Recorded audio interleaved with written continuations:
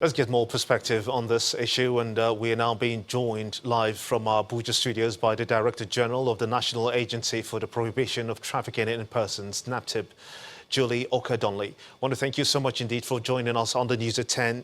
Has your organization ever factored baby factory issues in your fight against human trafficking? Yes, we've actually dealt with a couple of baby factory issues, but it has become one too many in recent times. Recently, we had the Nigerian police force rescue 19 girls in the first instance and another 7, making about 26 of them. As a matter of fact, 22 of them are pregnant, and 7 of them will be having the babies in the next month.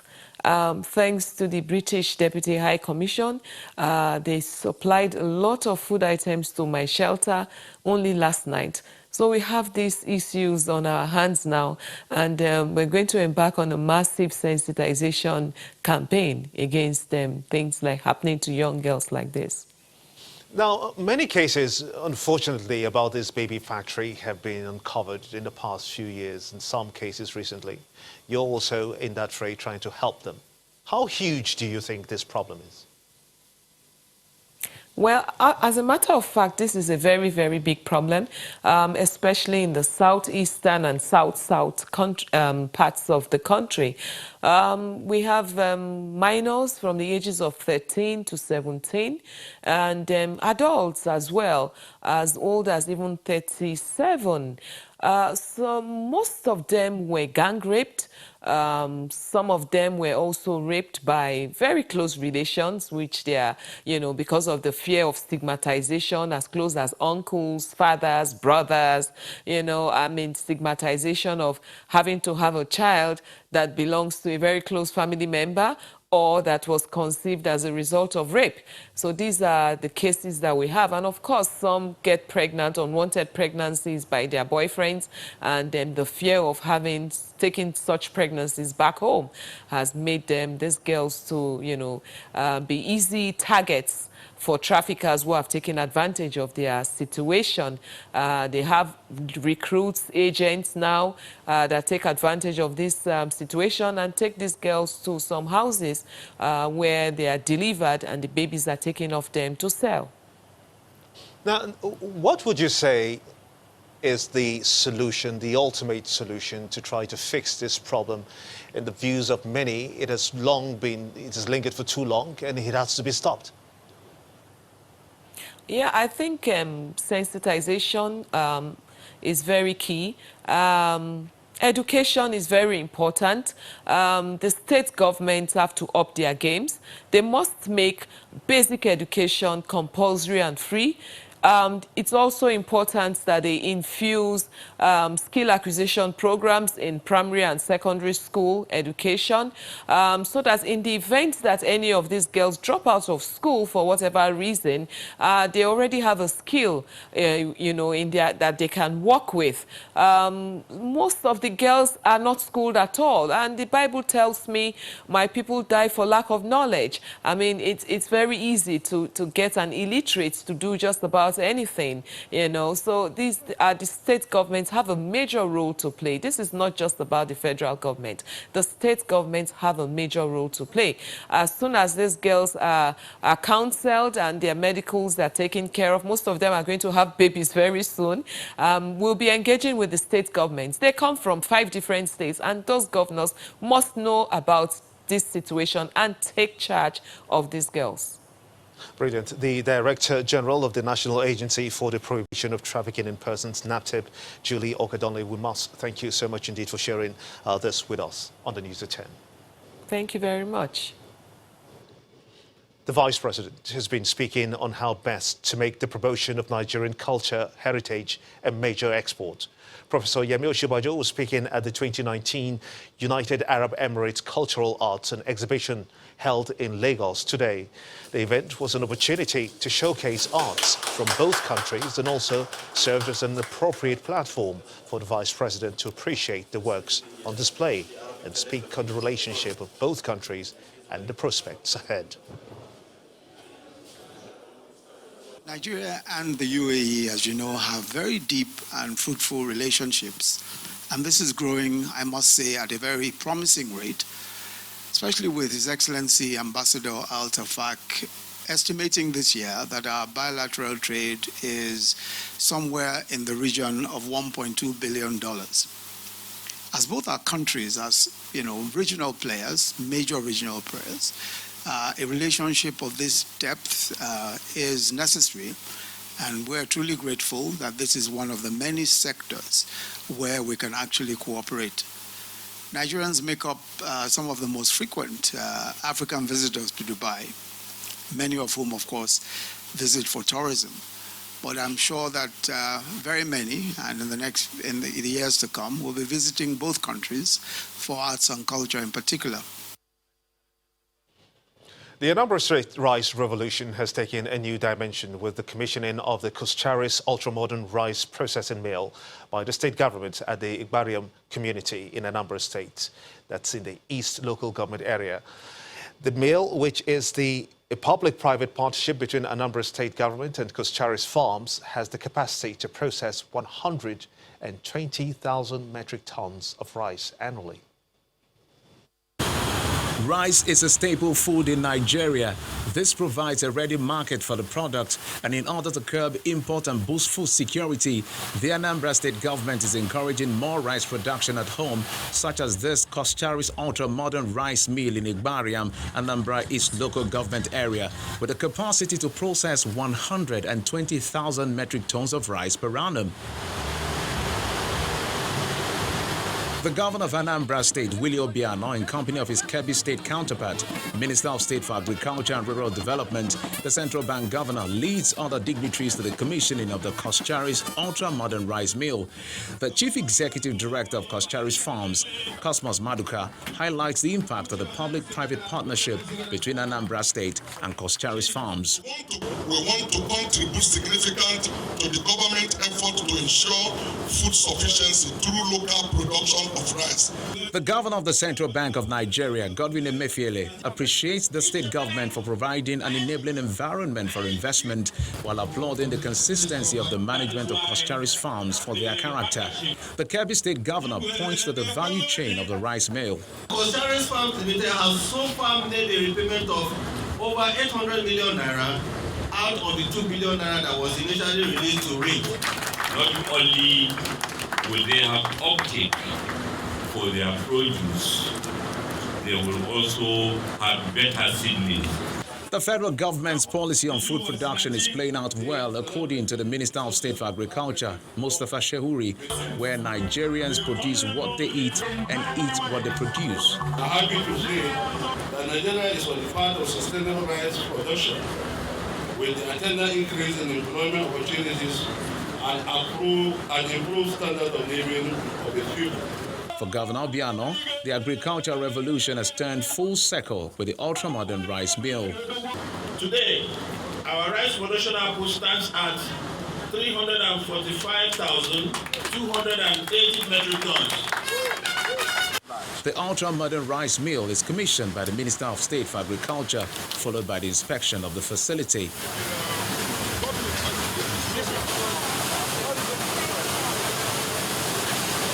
And staying with the agricultural sector, the federal government has pledged support towards growing the agro-industrial revolution of the Cross River State government, with a target to make it an economic viable enterprise amongst the League of States in the country.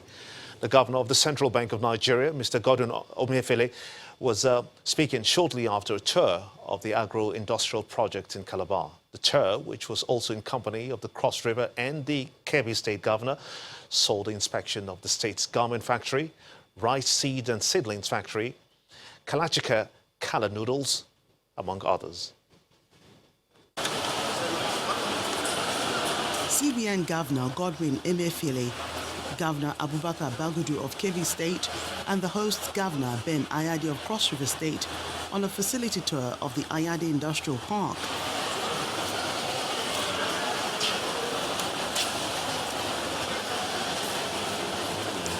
The purpose of the visit is to get more information on the state's agricultural projects being financed through a grant from the federal government to boost the sector. Mr. Emefiele is impressed and harps on the need for other states to emulate such a high level of economic viability. He has shown us a seedling, taken us through a process of moving from grains to seeds and seedlings. And you could see the trucks taking these seedlings out for planting. There's a lot of order going on.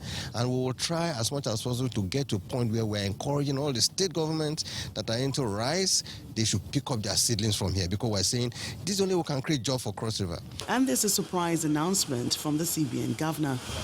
We will be meeting with the service chiefs and the heads of civil defense, the NYSC, all of them, to sign an agreement where rather than import their uniforms from other countries, we will appeal to them that they must come and order their garments from places like Cross River State and other garment factories that we have in Nigeria, because that is the only way we can create jobs.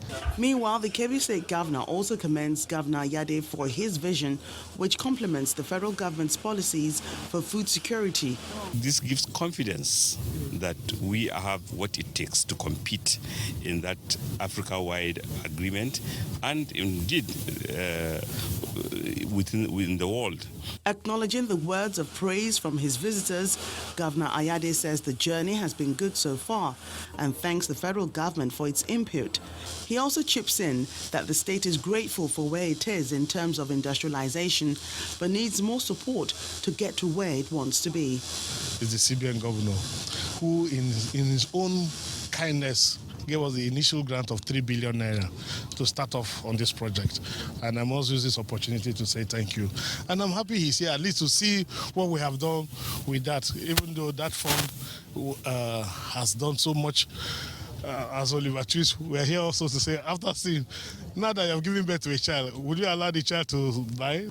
The Cross River State government hopes this visit will strengthen its partnership with the federal government towards the completion of other agro-industrial based projects spread across different local government areas. You're watching the news at 10 on Channels Television, reaching you live from Lagos. Let's switch our gears now, shall we, to business news with BC Adebayo.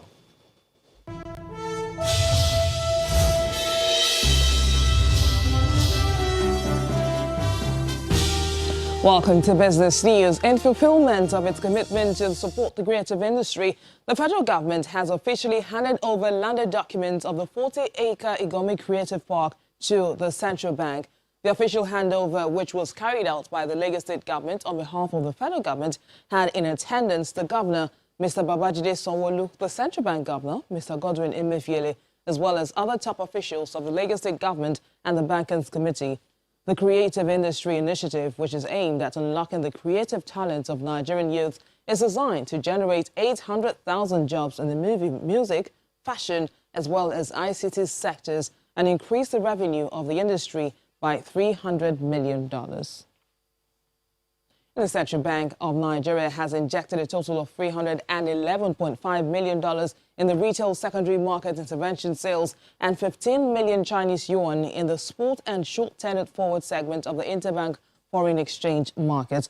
The latest dollar interventions by the financial markets regulator were for customers in the agricultural, airlines, petroleum products and raw materials and machinery sectors.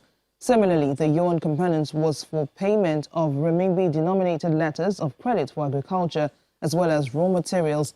CBN spokesman Mr. Isaac Okorafo explains that the forex market has maintained its stability due to the regular interventions, which, according to him, had also guaranteed a stable exchange rate for the naira. Nigeria's Insurance Industry Life Annuity Fund portfolio now stands at 322.91 billion naira as of the second quarter of 2019. According to latest data from the National Insurance Commission, this represents a growth of 17.46% from 274.91 billion naira reported in the fourth quarter of 2018. Within the same period under focus, the cumulative total payout stands at 122.09 billion naira as at the end of the second quarter of 2019. The RLA portfolio so far has recorded 73,554 contracts purchased for a total premium of 341.61 billion naira within the period. And that's it on Business News. Thank you for watching. I am BC Adebayo.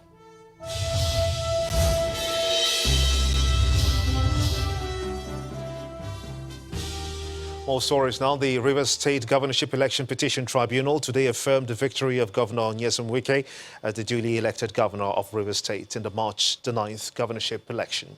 The tribunal, led by Justice Kingsley Ojiafo, struck out the petition filed by the governorship candidate of the Action Democratic Party, Mr. Victor Fingeshi, describing it as an adventure to discover the non-existent.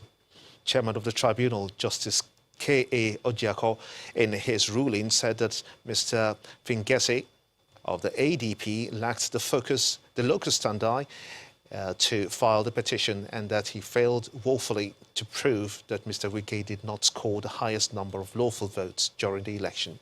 Justice Ojiako also stated that the tribunal had earlier struck out the petition on the premise and that the petitioner went on an appeal, which the appellate court affirmed that the petitioner lacks the locus standi in his own petition. The tribunal describes the petitioner's complaint as vague and merely speculative. The petitioner had claimed that the score, he scored the highest number of votes during the poll, and also alleged inflation of results. And still ahead on the news at 10, Benfica defender Troyan Ebichi to replace injured Kenneth Omeruo on the Super Eagles squad for the friendly against Brazil on October the 13th. That's coming up on Sports News in just a moment. Stay with us.